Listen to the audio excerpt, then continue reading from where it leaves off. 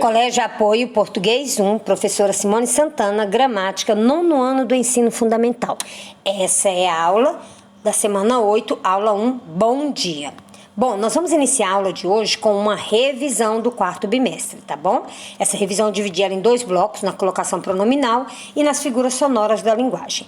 Na colocação pronominal, que é o colocar do pronome, né, onde o pronome está dentro da oração e as suas características, determina o seu nome, né? Então, olha só, na próclise, o pronome, ele está antes do verbo, né? Então, ele vai aparecer nas palavras com sentido negativo, em advérbios e conjunções. Advérbios não seguido de vírgula, tá? E conjunções, mas subordinativas. Olha o exemplo. Eu tenho aqui, quando é conjunções subordinativas, palavras negativas, advérbios e pronomes. Quer ver a prática? Ó, não te perdoarei. Perdoarei é o verbo. O pronome veio antes, então nesse caso, tem que ser um pronome, no caso oblíquo, tá?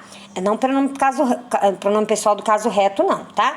Mas é um pronome no caso oblíquo. Então fica pronome antes do verbo, vira uma próclise.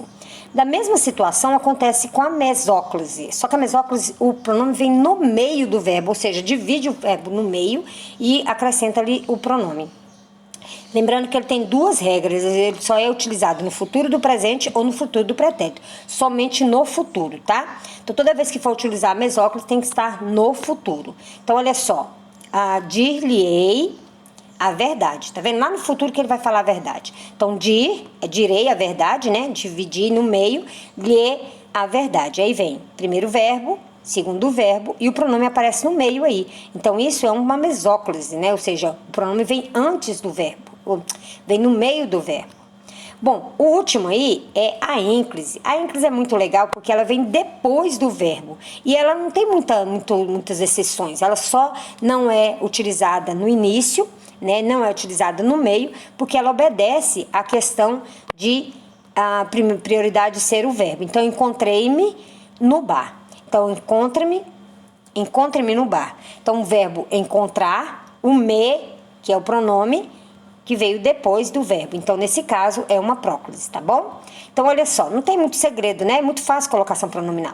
E mais fácil ainda é as figuras sonoras. Olha só, figuras sonoras são as figuras do som, que são associadas ao som das palavras e pode ser classificada em aliteração, assonância, onomatopeia ou paranomásia.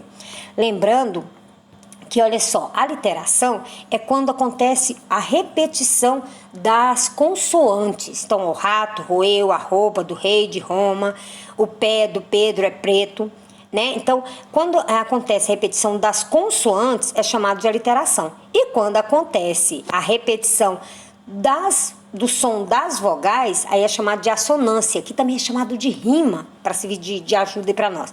A literação são as trava-línguas, né?